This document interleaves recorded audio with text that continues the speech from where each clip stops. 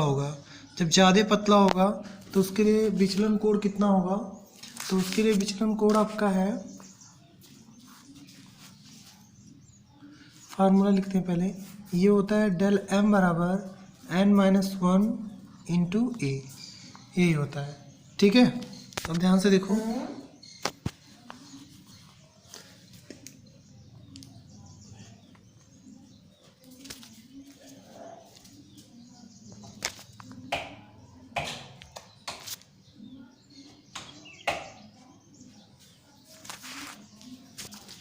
ठीक है,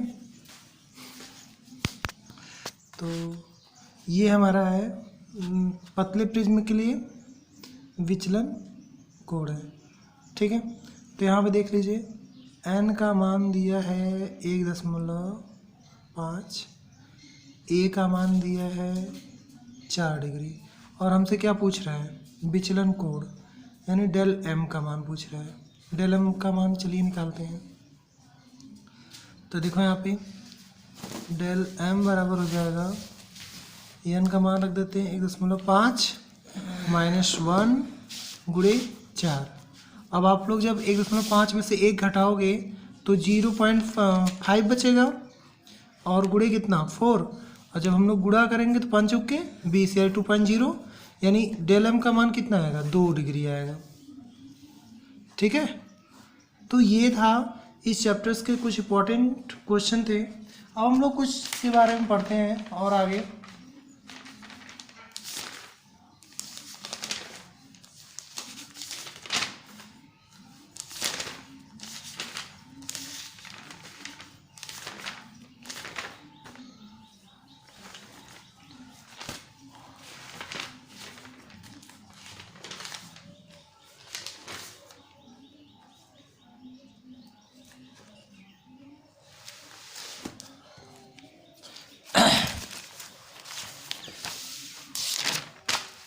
चलिए देखें, हमारा जो नेक्स्ट टॉपिक है वो है इंद्रधनुष।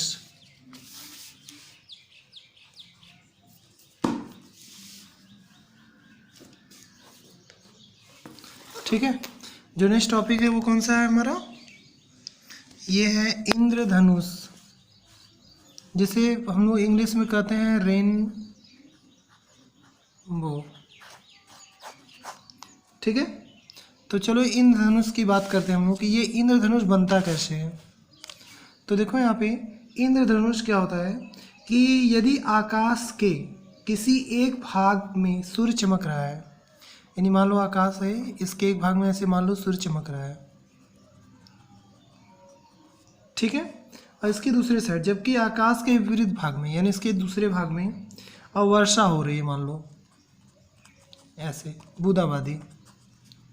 ठीक है, तो यदि कोई प्रेक्षक सूर्य की ओर पीठ खड़ा करके, मतलब कोई प्रेक्षक है जो सूर्य की ओर पीठ खड़ा करके, मतलब इधर की तरफ पीठ हो और इस तरफ देख रहा हो, इधर की तरफ देख रहा हो, तो उसे आकाश में सूर्य के स्पेक्ट्रम के रंगों वाली एक संकेंद्री वृत्ताकार चापें दिखाई देती हैं। ठीक है, जिसे हम लोग इंद्रधनुष का नाम देते हैं। यानी कुछ इस तरीके से बनता है, देखे होंगे 7 कलर में ऐसे दिखाई देता होगा, एक सिरे से स्टार्ट होता है दूसरे सिरे पे खत्म हो जाता है। ठीक है, इसे हम लोग इंद्रधनुष का नाम देते हैं। एक्चुअली जो इंद्रधनुष है वो बनता कैसे है, तो इंद्रधनुष जो होता है वो आकाश में उपस्थित जल की गोलीय सूक्ष्म बूंदों द्वारा अपवर्तन, वर्ण विक्षेपण तथा आंतरिक परावर्तन के संयुक्त प्रभाव की घटना है। ठीक है, और ये 2 प्रकार की होती है। चलो पहले इसको देख लेते हैं, ये बनता कैसे है इंद्रधनुष। तो एक्चुअली इंद्रधनुष जो होता है वो 3 प्रोसेस से होकर बनता है।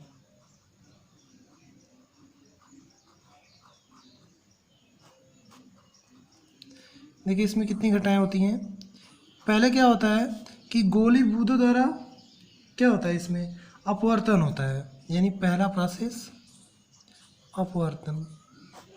ठीक है, और फिर इसमें होता है वर्ण विक्षेपण।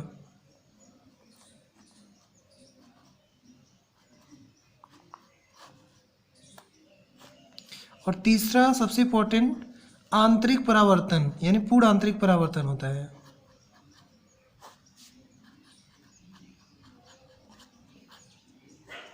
मतलब इतनी प्रोसेस से होकर जब हमारा प्रकाश तरंगे गुजरती हैं तो उनके कारण इंद्रधनुष का फॉर्मेशन होता है। ठीक है, जब इतनी प्रोसेस से होकर हमारा प्रकाशिक किरणें जो सूर्य से निकलने वाली किरणें होती हैं जब गुजरती हैं तो इंद्रधनुष का फॉर्मेशन होता है। ठीक है, तो अगर इंद्रधनुष की प्रक्रिया बतानी हो तो आप कहेंगे फिगर से भी दिखा सकते हैं। चलिए हम लोग फिगर से भी दिखा सकते हैं, जैसे कि जैसे मान लो ये आपका सन है,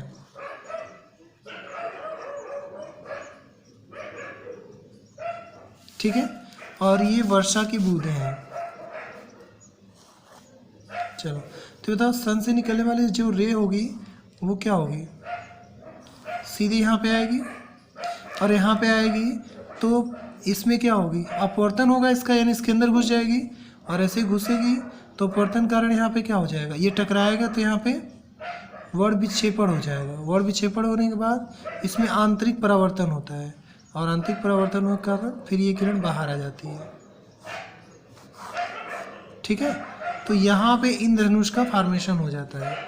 तो एक्चुअली जो इंद्रधनुष होता है वो दो प्रकार का होता है।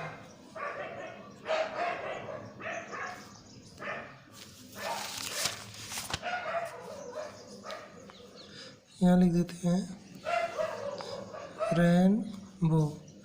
इंद्रधनुष कितने प्रकार का होता है, दो प्रकार का होता है। एक आपका है प्राथमिक और एक होता है आपका द्वितीयक। ठीक है, ये प्राथमिक इंद्रधनुष है और ये द्वितीयक इंद्रधनुष है।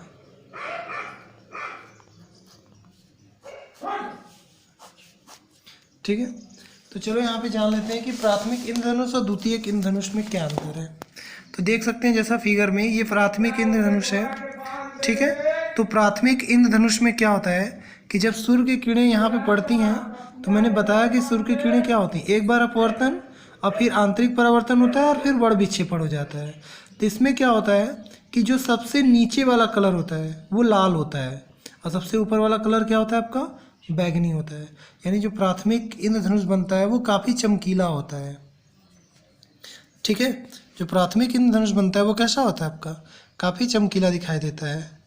ठीक है ना, यानी आप कह सकते हैं जिसका आंतरिक चाप क्या होता है, बैगनी, और बाह्य चाप क्या होता है, लाल रंग का होता है। यानी अंदर बैगनी होता है और बाहर क्या होता है, लाल होता है प्राथमिक में।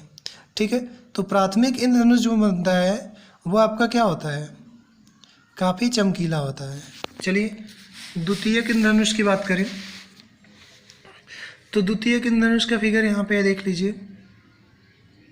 द्वितीयक इंद्रधनुष में क्या होता है कि आप इसमें जस्ट उल्टा हो जाता है, यानी इसमें आंतरिक परावर्तन दो बार होता है। यानी अपवर्तन होता है, वर्ण विक्षेपण होता है और आंतरिक परावर्तन कितनी बार होता है, दो बार होता है। यानी किरण दो बार टकरा कर तब बाहर आती है।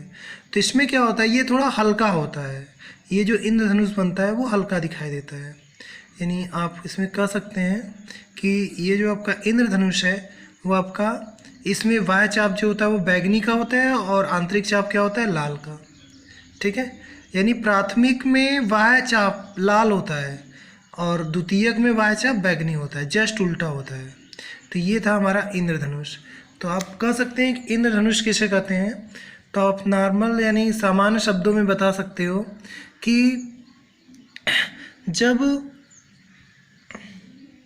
यदि आकाश के एक भाग में सूर्य चमक रहा हो और दूसरे भाग में हल्की बूंदीबांदी हो रही हो, तो यदि हम सूर्य की तरफ पीठ खड़ा करके खड़े हो जाए तो हमें क्या दिखाई देता है, आकाश में सूर्य के स्पेक्ट्रम वाली संकेंद्री चापें दिखाई देती हैं। ठीक है, जिसे हम लोग इंद्रधनुष का नाम देते हैं। और यह घटना किसके कारण होती है, अपवर्तन, वर्ण विक्षेपण तथा आंतरिक परावर्तन के कारण, पूर्ण आंतरिक परावर्तन जिसे हम लोग कहते हैं। ठीक है, तो ये था इंद्रधनुष। चलिए अब हम लोग प्रकीर्णन की बात करते हैं कि ये प्रकीर्णन क्या होता है।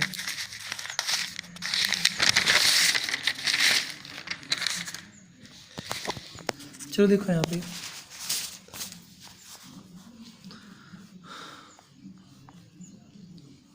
हमने बताया था प्रकीर्णन मीन्स होता है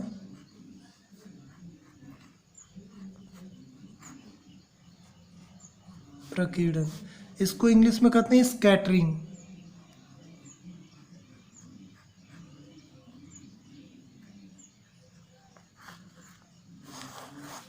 ठीक है, प्रकीर्णन को इंग्लिश में क्या कहते हैं हम लोग? स्कैटरिंग कहते हैं।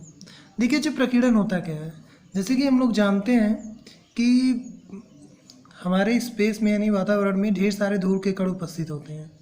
ठीक है, तो जब सूर्य की किरणें अंतरिक्ष से आती हैं, सूर्य से होकर चलती हैं प्रकाश किरणें, तो वो आकाश में उपस्थित धूल के कणों से क्या होती हैं? टकराती हैं, और टकराने के बाद क्या होती है? वहाँ पे फैल जाती हैं, और जब फैल जाती हैं तो इसी प्रक्रिया को हम लोग प्रकीर्णन का नाम देते हैं। ठीक है, या फिर आप ऐसे कह सकते हो कि माध्यम के कणों द्वारा प्रकाश ऊर्जा को अवशोषित कर अन्य दिशाओं में फैलाने की प्रक्रिया को प्रकाश का प्रकीर्णन कहते हैं। ठीक है, प्रकीर्णन का नियम सबसे पहले लॉर्ड रैले ने दिया था। ठीक है, देखो लॉर्ड रैले ने क्या कहा,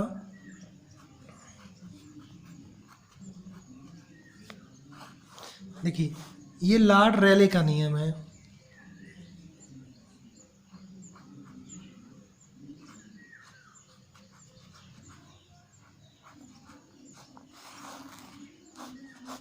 चलिए लॉर्ड रैले की बात करें तो देखो यहाँ पे लॉर्ड रैले ने ये बताया कि जो प्रकीर्णित प्रकाश होती है, ये आपका जो आई है वो प्रकीर्णित प्रकाश की तीव्रता है, यहाँ पे लिख सकते हैं।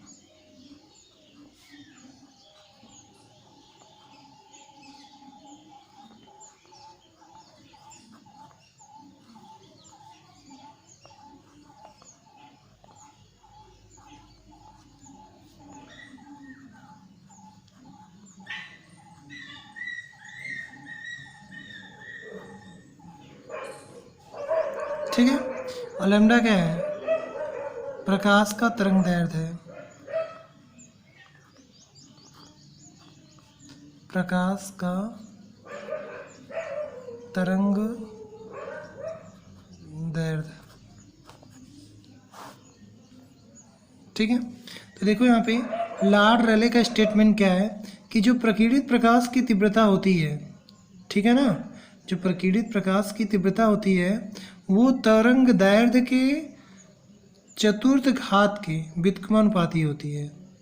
ठीक है, यानी अगर कण का आकार बहुत छोटा है तो उसकी तीव्रता बहुत अधिक होगी। ठीक है ना, यहाँ पे देख लो ध्यान से, ये था प्रकीर्णन की घटनाएं। तो अब हम लोग प्रकीर्णन पे कुछ एग्जाम्पल, प्रकीर्णन समझ में आया कि जब प्रकाशित किरणें आकाश से होकर गुजरती हैं तो धूल के कणों से टकराकर आकाश में फैल जाती हैं, तो इसी घटना को हम लोग क्या कहते हैं? प्रकाश का प्रकीर्णन कहते हैं। और हमने कहा था कि बैगनी का प्रकीर्णन सबसे अधिक होता है और लाल रंग का प्रकीर्णन सबसे कम होता है, यानी रेड जो होता है वो कम फैलता है और बैगनी यानी वायलेट सबसे अधिक।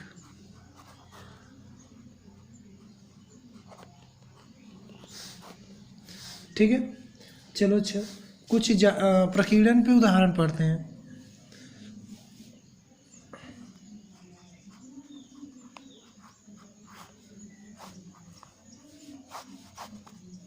ठीक है, पहला उदाहरण ये है कि आकाश का नीला दिखाई देना।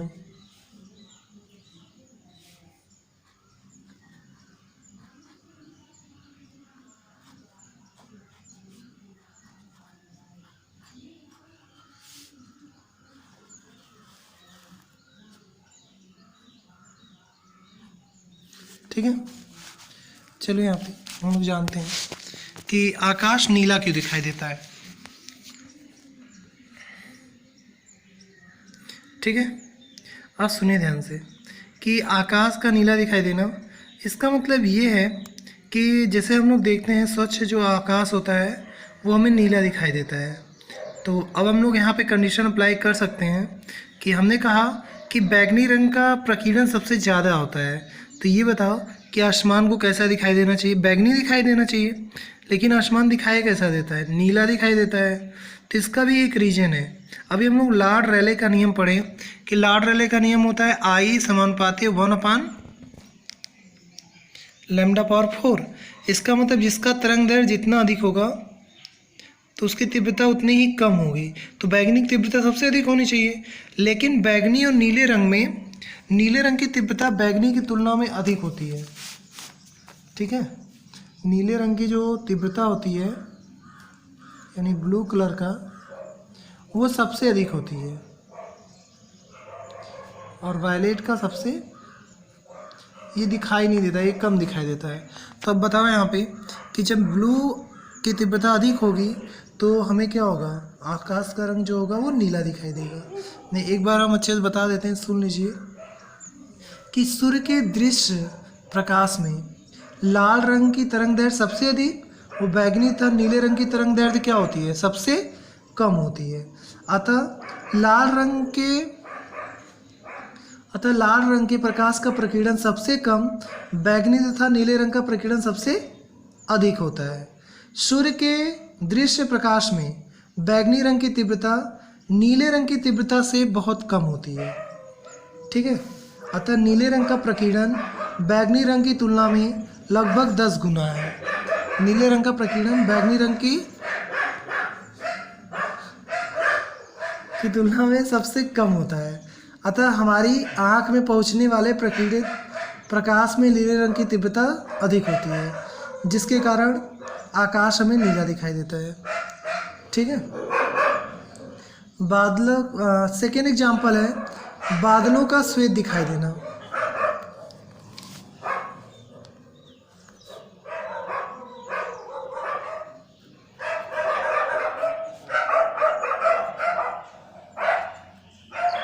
श्वेत दिखाई देना,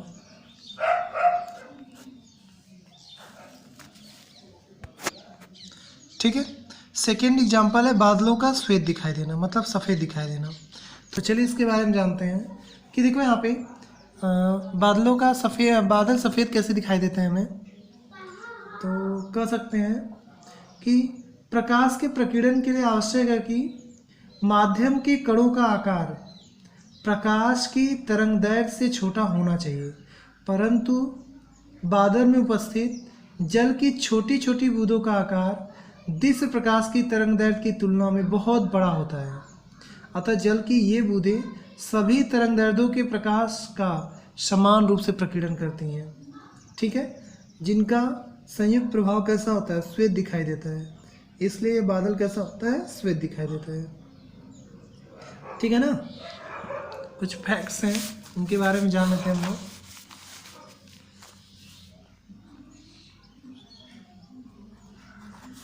नोट फर्स्ट, इधर देखिए, पहला नोट ये है कि यदि पृथ्वी पर वायुमंडल न होता तब प्रकाश का क्या प्रकीर्णन हो पाना संभव था? नहीं।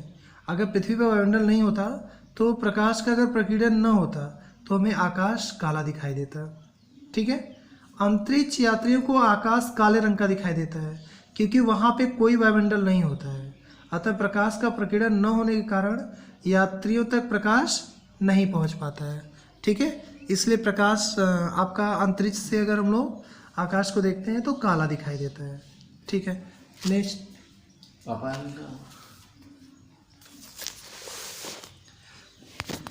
है, देखिए, सूर्योदय एवं सूर्यास्त के समय आकाश का लाल दिखाई देना। ठीक है, सूर्योदय तथा सूर्यास्त के समय आकाश का लाल दिखाई देना। चलिए यहाँ पे नेक्स्ट उदाहरण,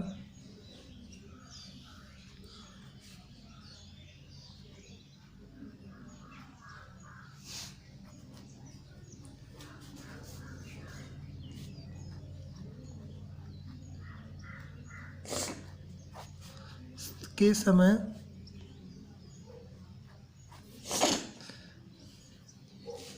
सूर्य का लाल दिखाई देना।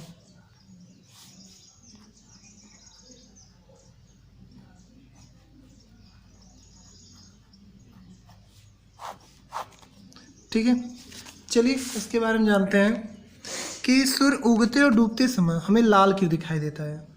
ठीक है, तो चलो यहाँ पे पहली चीज़ तो ये जान लो कि सूर्य पृथ्वी का जो आकार होता है वो कुछ ऐसे चपटा टाइप का होता है। ठीक है, यानी यहाँ पे दूरी सबसे कम होती है और यहाँ पे दूरियाँ क्या होती है, सबसे अधिक होती है, और ये दूरी 21 किलोमीटर अधिक होती है। ठीक है, तो अब ये बताओ सूर्य उगेगा यहाँ से, डूबेगा यहाँ पे, तो यहाँ से जो दूरी होगी वो सबसे अधिक दूरी होगी, और जब यहाँ पे आएगा तो सूर्य की ये दूरी सबसे कम होती है। ठीक है, अब देखो जब सातों रंग एक साथ हमारे पास पहुँचते हैं, ठीक है, जब सातों रंग एक साथ हमारे पास पहुँचते हैं तो ये सातों रंग मिलकर आपस में ये श्वेत बना देते हैं। इसलिए दिन में हमें जो आसमान या फिर सूर्य दिखाई देता है वो 7 रंगों में दिखाई देता है, नहीं सफ़ेद दिखाई देता है। ठीक है, देखो यहाँ पे जब सुबह के समय जब सूर्य उगता है तो हमसे सबसे ज़्यादा दूरी पे होता है, तो हम लोग जानते हैं कि लाल रंग का तरंग दैर्घ्य बहुत अधिक होता है ना, तो इसलिए लाल रंग हमें दूर से दिखाई देता है। तो उगते समय भी सूर्य में लाल दिखाई देता है, दूसरे समय जब ये डूबता है तब भी ये सबसे अधिक दूरी पे होता है। सबसे अधिक दूरी पे होने के कारण हमें केवल लाल रंग ही दिखाई देता है, बाकी रंग हमारे पास आते आते ख़त्म हो जाते हैं। ठीक है, चलिए इसको एक बार हम लोग पढ़ लेते हैं अच्छे से, और आप लोग सुन लीजिए इसको। सुनिए, सूर्योदय सूर्यास्त के समय सूर्य के क्षितिज के निकट होता है। सूर्योदय एवं सूर्यास्त के समय सूर्य क्षितिज के सबसे निकट होता है, अतः सूर्य के प्रकाश को पृथ्वी तक पहुंचने के लिए वायुमंडल में अधिकतम दूरी तय करनी पड़ती है, जैसा कि मैंने बताया आप लोगों को। ठीक है, आगे देखो कि सूर्य के प्रकाश की लघु तरंगदैर्घ्य यानी बैगनी और नीले रंग का जो तरंगदैर्घ्य होता है लॉर्ड रेले के नियम के अनुसार अधिकतम होता है, तथा बड़ी तरंगदैर्घ्य लाल प्रकाश का प्रकीर्णन सबसे कम होता है। अतः प्रेक्षक की आंखों तक पहुंचने वाले प्रकाश में लाल रंग की तीव्रता अधिक होती है। अतः सूर्योदय सूर्यास्त के समय आकाश में सूर्य लाल दिखाई देता है। ठीक है, नेक्स्ट क्वेश्चन है कि खतरे का सिग्नल लाल बने होते हैं क्यों। ठीक है, चलो ये भी जान लेते हैं कि खतरों के सिग्नल लाल क्यों होते हैं। तो जैसा कि हम लोग जानते हैं कि लाल रंग का तरंगदैर्घ्य सबसे अधिक होता है, इसलिए लाल रंग हमें क्या होता है, काफ़ी दूर से दिखाई देता है, तो इसलिए हम लोग खतरे के सिग्नल को लाल ही यूज करते हैं, क्योंकि अगर हमें ज़्यादा दूर से ही लाल रंग का प्रकाश दिखाई देने लगता है तो जो खतरा होने वाला है वो टल सकता है। ठीक है, तो ये हमारा है प्रकीर्णन के उदाहरण। ठीक है, अब चलो यहाँ पे रमन प्रभाव की बात करते हैं। बहुत इंपॉर्टेंट टॉपिक है ये, रमन प्रभाव। देखो ये इनका पूरा नाम सीवी रमन है, चंद्रशेखर वेंकट रमन। ठीक है, इनका पूरा नाम क्या है आपका, चंद्रशेखर वेंकट रमन है। ठीक है, तो चलो यहाँ पे हम लोग इसके बारे में जानते हैं कि रमन प्रभाव क्या होता है। ठीक है, चलो सुनो कि देखो लॉर्ड रेले के अनुसार जब प्रकाश किसी पारदर्शी लॉर्ड रेले के अनुसार जब प्रकाश किसी पारदर्शी समांगी माध्यम से होकर गुजरता है तो प्रकाश माध्यम के कणों द्वारा सभी दिशाओं में प्रकीर्णित हो जाता है। तो प्रकाश माध्यम के कणों द्वारा सभी दिशाओं में प्रकीर्णित हो जाता है। प्रकीर्णित फोटॉनों की तरंग दैर्घ्य व ऊर्जा आपतित फोटॉनों के समान ही होती है। इसे हम लोग क्या कहते हैं, कला संबद्ध प्रकीर्णन कहते हैं। ठीक है, चलो सर चंद्रशेखर वेंकट रमन ने बेंजीन जैसे कार्बनिक द्रव पर प्रकाश के तीव्र किरण को डालकर उसे प्रकीर्णित प्रकाश का अध्ययन करते हुए देखा कि प्रकीर्णित प्रकाश में आपतित प्रकाश की आवृत्ति की रेखा, जिसे हम लोग रेले रेखा कहते हैं, इसके अतिरिक्त उससे कम या उससे अधिक आवृत्ति की भी रेखाएं प्राप्त होती हैं, जिन्हें स्टोक्स रेखाएं तथा प्रति स्टोक्स रेखाएं कहते हैं। ठीक है, और इस स्पेक्ट्रम को रमन स्पेक्ट्रम कहते हैं। ठीक है, और उसमें प्राप्त रेखाओं को रमन रेखाएं कहते हैं तथा इस प्रभाव को हम लोग क्या कहते हैं, रमन प्रभाव कहते हैं। ठीक है ना।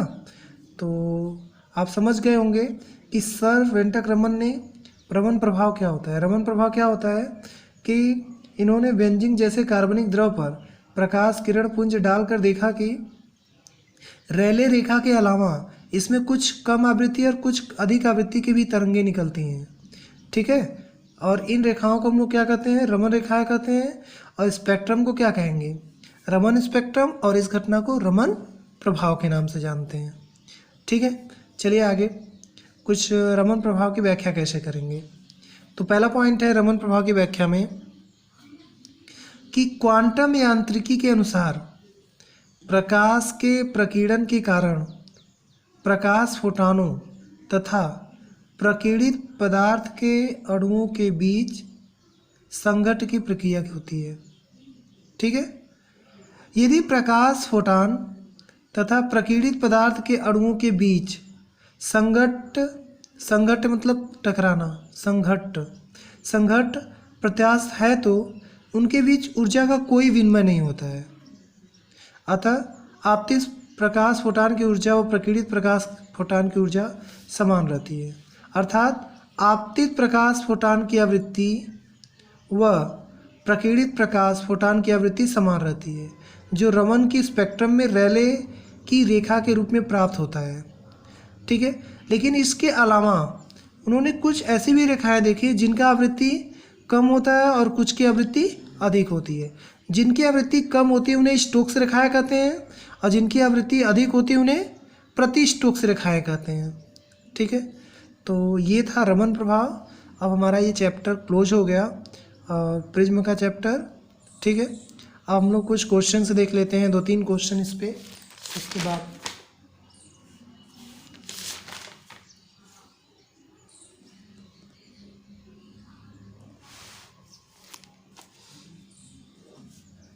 चलिए क्वेश्चन देखिए।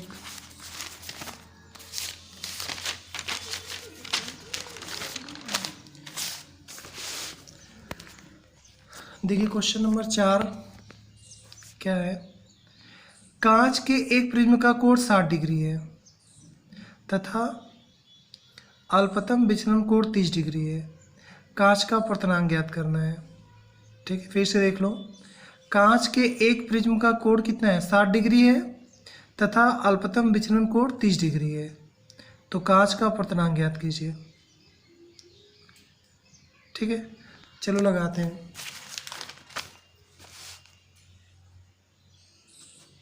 देखें यहाँ पे कि विचलन कोण कितना दिया हुआ है। सॉल्यूशन विचलन कोण डेल एम बराबर 30 डिग्री और आपका ये क्या है 60 डिग्री। तो आपसे पूछ रहा है इसका अपर्तनांक ज्ञात कीजिए। ठीक है। आप सुनिए यहाँ पे फार्मूला क्या है।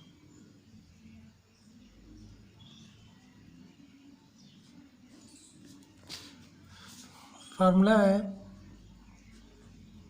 n बराबर sine a plus del M पूरे के बटे 2। ठीक। और फिर नीचे क्या है, साइन a/2 है। चलो मान रखते हैं फार्मूले में।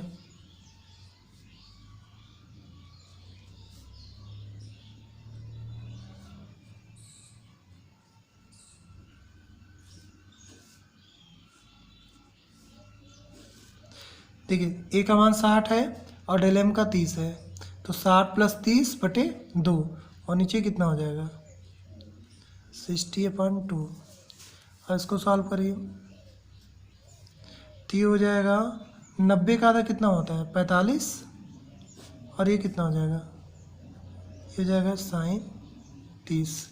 अब ध्यान से देखिए यहाँ पे साइन 45 की वैल्यू होती है 1/√2 और साइन 30 का होता है 1/2, तो ये उलट जाएगा 2/1 हो जाएगा। अब हम इसे ऐसे भी लिख सकते हैं 1/√2 और इसको लिख सकते हैं √2 × √2।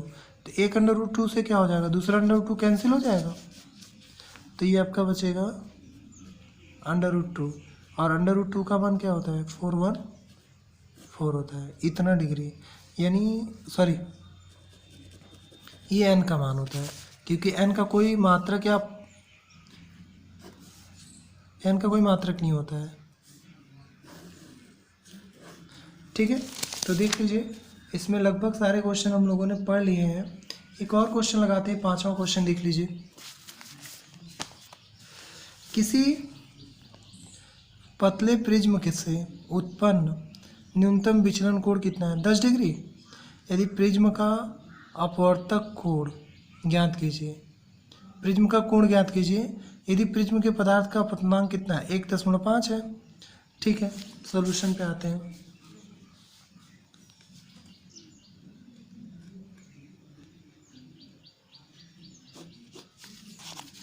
देखिए यहाँ पे आपको दिया हुआ है, यहाँ पे n बराबर 1.5 और प्रिज्म का कोण कितना है? 10 डिग्री, और आपसे पूछ रहा है विचलन को।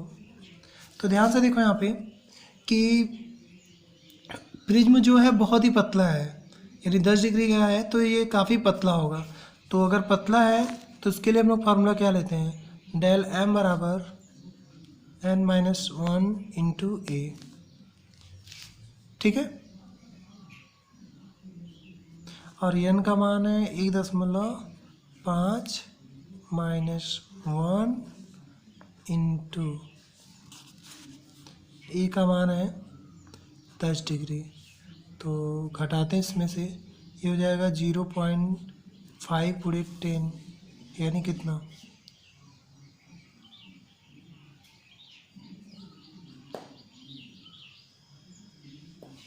5 डिग्री।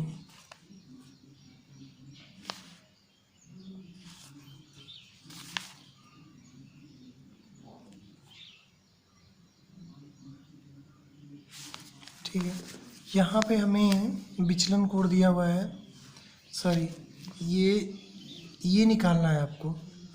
अब विचलन कोण दिया है 10 डिग्री, चलो ये निकालते हैं तो कितना होगा? तो हो जाएगा डेल m बराबर m-1 इंटू ए। तो n दिया है 1.5 माइनस 1 इंटू ए, और ये आपका है विचलन कोण 10 डिग्री। चलो यहाँ पे तो 10 इक्वल टू 0.5 इंटू ए, तो ए इक्वल टू कितना हो जाएगा? 10/0.5। क्या करें, ऊपर नीचे 10 से गुणा कर दें तो हो जाएगा 100/5। काटो, कितना आएगा? 20, यानी प्रिज्म का जो कोण होगा वो 20 डिग्री का होगा। ठीक है, देख लो यहाँ पे आंसर। ठीक, तो एक्चुअली हम लोग इसमें का सारा क्वेश्चन लगभग लगा चुके हैं। ठीक है, और बाकी हम लोग इसमें बाद में देखते हैं, लेकिन एक बार रिपीट कर लेते हैं इस चैप्टर में हम लोग क्या कौन कौन सा टॉपिक पढ़े हैं। तो इस चैप्टर में हम लोग पढ़े हैं प्रिज्म के बारे में कि प्रिज्म क्या होता है। तो हमने बताया कि प्रिज्म 2 समतल पृष्ठों से घिरी एक आकृति होती है जो एक कोण पे झुकी होती है। ठीक है, और उस कोण को हम लोग कहते हैं प्रिज्म कोण। और जो 2 समतल पृष्ठें झुकी होती हैं वो आपकी अपवर्तक पृष्ठें कहलाती हैं।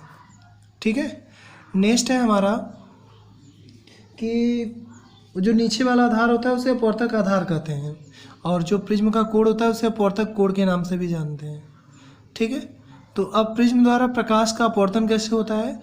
जब हम लोग क्या करते हैं, प्रिज्म पर प्रकाश को डालते हैं तो प्रकाश क्या होता है? 7 रंगों में विभाजित हो जाता है, और 7 रंगों में विभाजित होने की प्रक्रिया को हम लोग वर्ण विक्षेपण का नाम देते हैं। 7 रंगों में प्रकाश के विभाजित हो जाने की प्रक्रिया को हम लोग क्या करते हैं? वर्ण विक्षेपण का नाम देते हैं। ठीक है, और जिस पर्दे पर ये 7 रंग प्राप्त होते हैं, जिस पर्दे पर ये 7 रंग प्राप्त होते हैं उसे हम लोग क्या कहते हैं? स्पेक्ट्रम कहते हैं। ठीक है, यानी 7 रंगों के समूह को, पर्दे पर प्राप्त 7 रंगों के समूह को स्पेक्ट्रम का नाम देते हैं। ठीक है, अब देखें यहाँ पे लाल रंग का प्रकीर्णन जो होता है वो सबसे कम होता है, यानी लाल रंग का तरंग दैर्घ्य सबसे अधिक होता होगा। ठीक है, बैंगनी रंग का प्रकीर्णन सबसे अधिक होता है लेकिन उसका तरंग दैर्घ्य सबसे कम होता है। ठीक है, तो ये सब टॉपिक हम लोग उसमें पढ़े। उसके बाद हम लोग पढ़े प्रकीर्णन क्या होता है, ठीक है, पूर्णांतरिक परावर्तन ये क्या होता है, इंद्रधनुष के बारे में हम लोग पढ़े।